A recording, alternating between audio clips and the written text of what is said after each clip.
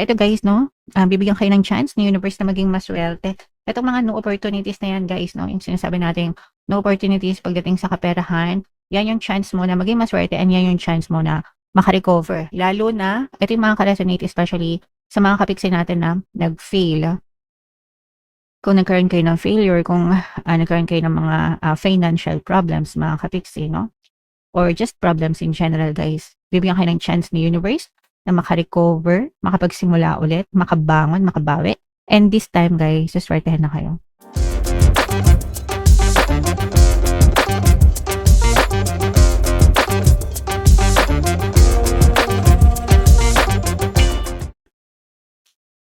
Hello guys, hello Capricorn, welcome back to Pinoy Pixie Tarot. Ang pamagat ng episode natin for tonight is monthly horoscope para ngayong August para sa Capricorn, Sun, Moon, Rising, Sign, and Venus.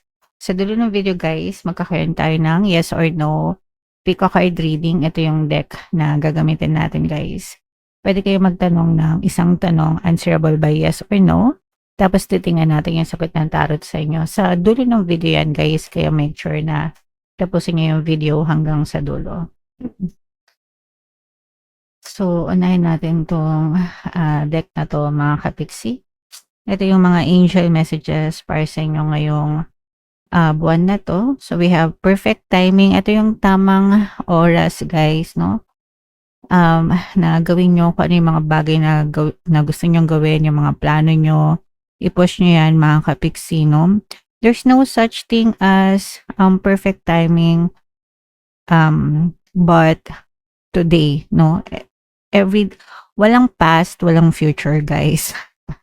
Hindi sila nag-exist. Yung past tapos na, yung future wala pa. Yung ngayon lang yung meron tayo. So, make every moment count, guys. And make it happen, no? Kung ano yung gusto nyo.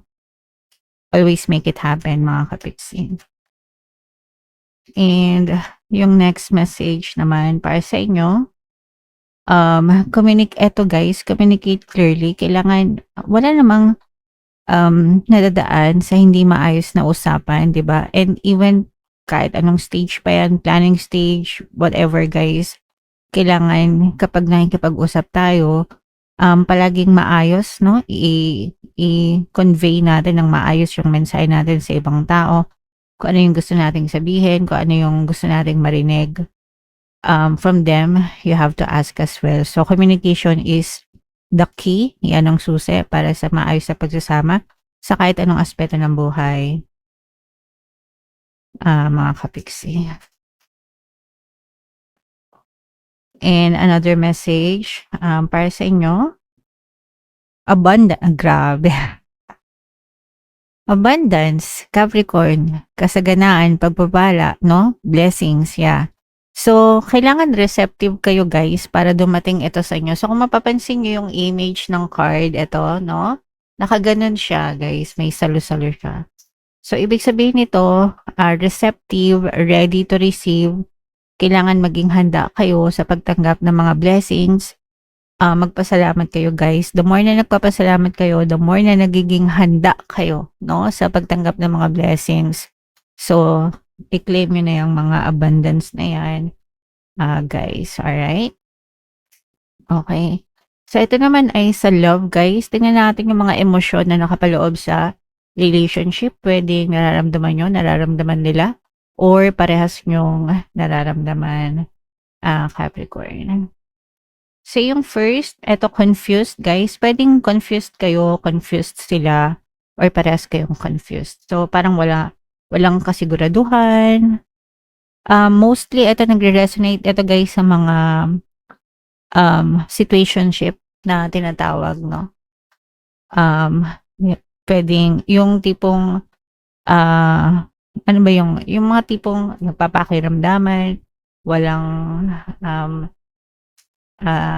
nagko-commit, yan. So, yan. Medyo mahirap yan. Bala kayo dyan. Okay? And another message, ito naman, ashamed, nahihiya, mga kapiksi, no? It's either nahihiya siya or nahihiya ka sa kanya. Pwedeng dahil may mga kasalanan na nagawa, mga unworthy, mga hindi magagandang bagay na nagawa sa'yo or sa kanya, ikaw, yung mga bagay na kinahihiya nyo, mga kapiksi. So, parang walang mukhang maihaharap. Ganyan, okay? Right. And another message, Capricorn, unfulfilled. So, ito, dissatisfied, disappointed, hindi masaya, no? Sa nangyayari sa relationship. So, kung mapapansin nyo, puro nega. Yeah, so ganun talaga. Comment down below na lang if feeling nyo naka-resonate kayo dyan sa mga energy na yan, mga kapiksi. So, Capricorn, ito yung deck na gagamitin natin. Shuffle ko lang guys, hanapin ko yung energy ng Capricorn. Habang sinashuffle ko to, panoorin nyo muna yung video natin regarding sa ating paano mag-manifest ng abundance video course. Kapiksi, sawa ka na ba sa mga struggles at hirap sa buhay mo? Masipag ka ba at masikap sa buhay ngunit hindi ka pa rin umaasenso? Ilang beses ka na bang nag-attempt mag-negosyo at mag-invest pero palagi ka pa rin nalulugi? Sa pagkakataon na ito ay maaaring may subconscious beliefs ka na nagiging balakid sa iyong pag-unlad at pagyaman. Introducing, paano mag-manifest ng abundance video course. Dito ay matututunan mong ma-overcome ang mga balakid mo para tuluyan ka ng umunlad, umasenso, sumagana, maging matagumpay, successful at maswerte sa iyong kabuhayan, pera, trabaho, negosyo sa lapi at kaperahan ng bonggang-bongga. Dali, mag-send na ng email sa pinoypixie@gmail.com at simulan na ang iyong pagyaman ngayon. Alright, so sa lahat ng gusto mag-avail ng course guys, naka-flash sa screen yung mga available courses natin. Sa mga interesado, mag-send lang kayo ng email sa pinoypixie@gmail.com. And sa mga naghahanap ng pampaswerte guys, meron tayong money shaker jar. Ito yung guys, no? Super liit na bote, pero super effective, super powerful, inaalog to guys. Ang dami na sumakses dito kung gusto nyo sumakses guys. Ito yung ating WhatsApp number. Chat nyo lang ako dyan, mga kapiksi. So, Capricorn, kayo ay na-represent ng King of Pentacles, mga kapiksi. So, ilatag muna natin. Mayroon din dito presence, guys, ng Earth sign, Aquarius, Gemini, Libra. For some of you, maaring may air element din kayo sa inyong natal chart at saka Earth signs, Capricorn, Taurus, Virgo. Alright. So, ito guys, this is a very positive set of energy. So, unahin natin sa relationship. Ito guys, ito yung kabaligtaran ng mga nakikita natin na emosyon kanina, no? Because this one, well, pwedeng nagkakaroon ng confusion or nagkakaroon ng mga ganap sa relationship nyo, mga disagreements, mga pagtatalo. But that's because for some of you, you may be having a karmic connection with your specific person. Normal naman guys na nag-aaway yung magkarelasyon, no? Pero yung sa inyo, parang malalim yung pinanggagalingan ng mga disagreements nyo, awayan nyo, but you're still connected, mga kapiksi, and that's because you may be having a karmic connection with your person. So, dito, guys, kailangan magkaroon ng forgiveness, no? Sa relationship nyo, mga kapiksi, because if not, maaari nyo pa siyang dalhin sa next life nyo if ever you meet again sa next life nyo, okay? So, yun yung ibig sabihin ng karmic connections.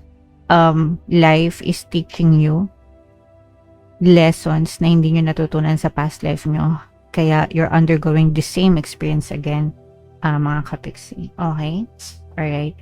And, eto guys, pagdating sa kaperahan, ito guys, no, may mga bagong plano kayo, may mga bagong proyekto, may mga bagong plano pagdating sa pagkakakitaan, and parang kumakalabit kayo ng ibang tao. Ibig sabihin, you're asking help from other people. Kahit anong klaseng tulong, pwedeng impormasyon, pwedeng guidance, coaching, para matulungan kayo, no? Pero you're asking help from other people dito sa bagong pagkakakitaan na ito, mga kapiksi, and you're definitely manifesting that, no?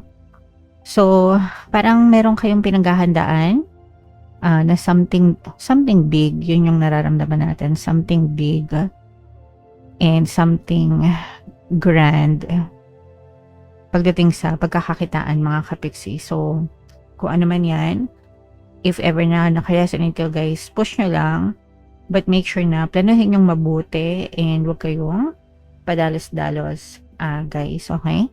Alright, ayan, no, grabe. So, alam niyo na guys, pag naririnig niyo na yung salitang, ayan, no, wow, di ba? Mga ganyang salita ko, ibig sabihin, very positive na yung mga lumalabas na energy.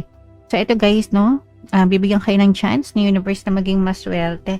Itong mga no opportunities na yan, guys, no, yung sinasabi natin, no opportunities pagdating sa kaperahan, yan yung chance mo na maging maswerte and yan yung chance mo na makarecover. Lalo na, ito yung mga ka-resonate especially sa mga kapiksi natin na nag-fail.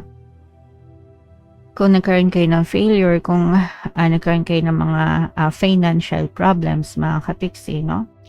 Or just problems in general, guys. Bibigyan kayo ng chance ni universe na makarecover, makapagsimula ulit, makabangon, makabawi.